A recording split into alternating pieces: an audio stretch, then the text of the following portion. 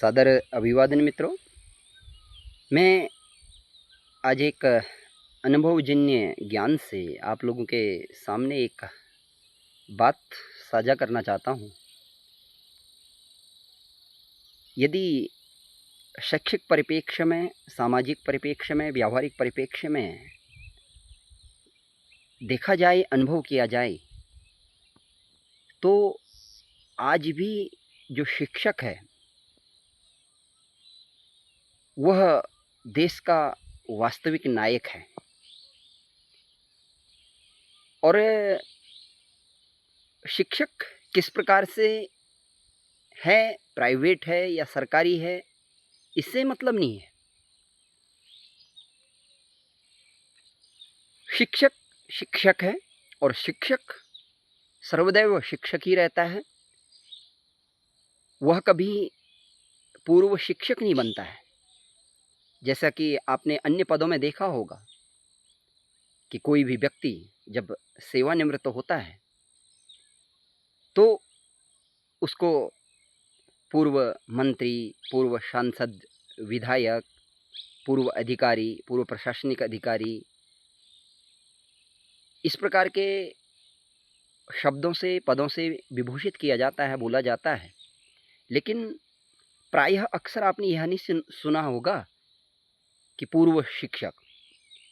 शिक्षक अपने जीवन पर्यंत शिक्षक ही रहता है, क्योंकि वो हर समय शिक्षण देता है। मैंने यह भी अनुभव किया कि शिक्षक यदि अपने दायित्वों का, कर्तव्यों का सम्यकतया निर्वहन करे,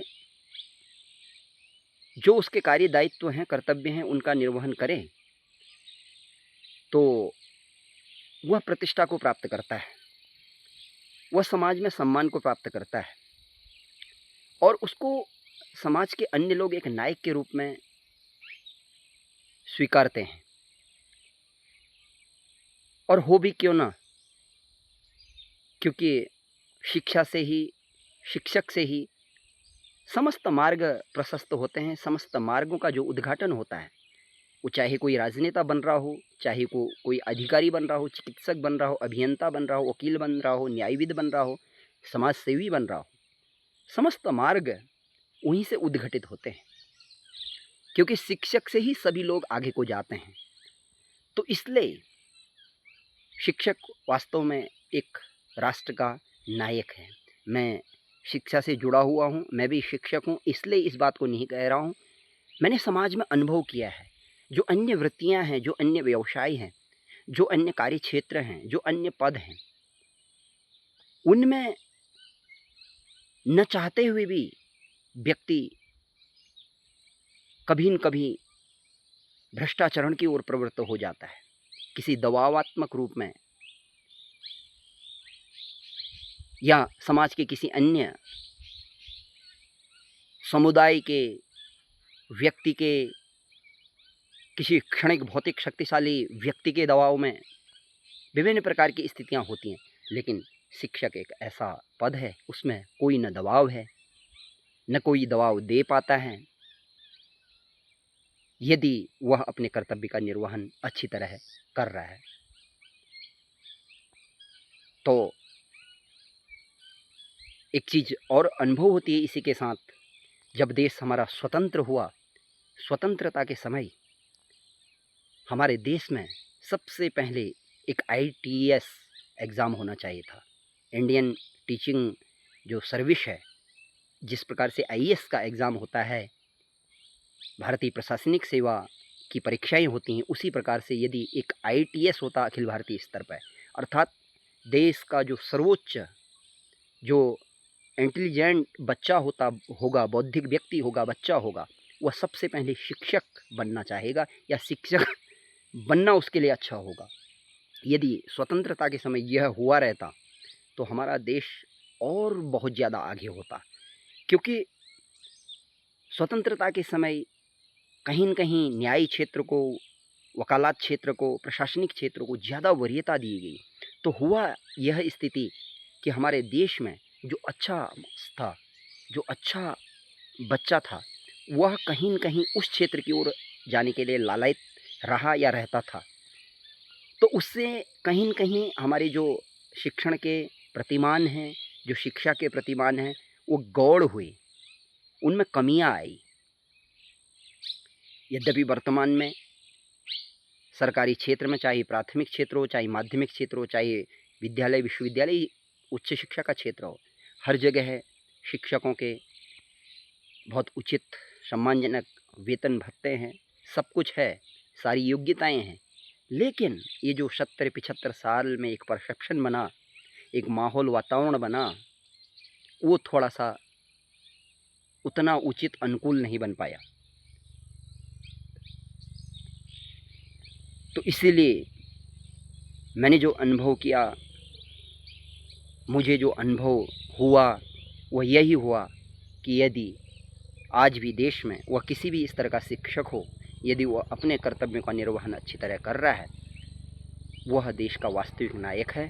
और कर्तव्यों का निर्वहन करने का मतलब मैं अंतिम में यही कहना चाहूँगा कि केवल पाठ्यक्रम तक सीमित नहीं, क्योंकि पाठ्यक्रम तो बहुत एक छोटी विषय वस्तु है, जिसको हम 10 महीने के पाठ्यक्रम को हम 2 महीने में भी पूरा कर सकते हैं, 1 महीने में भी पूरा कर सकते हैं। लेकिन शिक्षक के विभिन्न प्रकार के दायित्व हैं पाठ्यक्रम के साथ ही।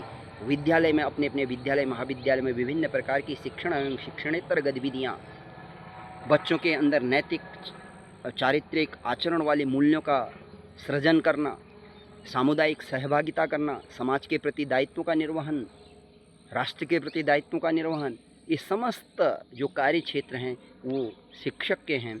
यदि शिक्षक इन कार्य क्षेत्रों में प्रवृत्त है, लगा हुआ है, तो वह शिक्षक आज देश का नायक है।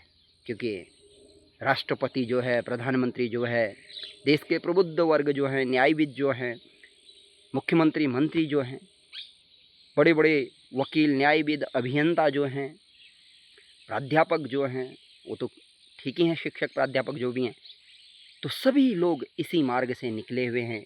और हमारे जीवन में वास्तव में शिक्षक का महत्वपूर्ण योगदान रहता है, यदि हमें अपने जीवन में एक अच्छा शिक्षक मिल जाए तो। यही मैंने अपने बाल्यकाल के जीवन में अनुभव किया, छात्र जीवन में अनुभव किया, यही वर्तमान में अनुभव कर रहा हूँ। तो मैं एक स्वतंत्र विचार थे मेरे, एक हृदय की जो एक आवाज़ थी, ध्वनि थी, उसको मैंने आप लोगों के सामने प्रकट किया। इसमें अन्य कोई भी उद्देश्य नहीं है, यही है कि इस देश का वास्तविक नायक आज भी शिक्षक है। कहीं न कहीं शिक्षक ने अपनी भी भूमिका को छोड़ा है, वो अलग बात है, विशेष रूप से सरकारी शिक्षा के क्षेत्र में।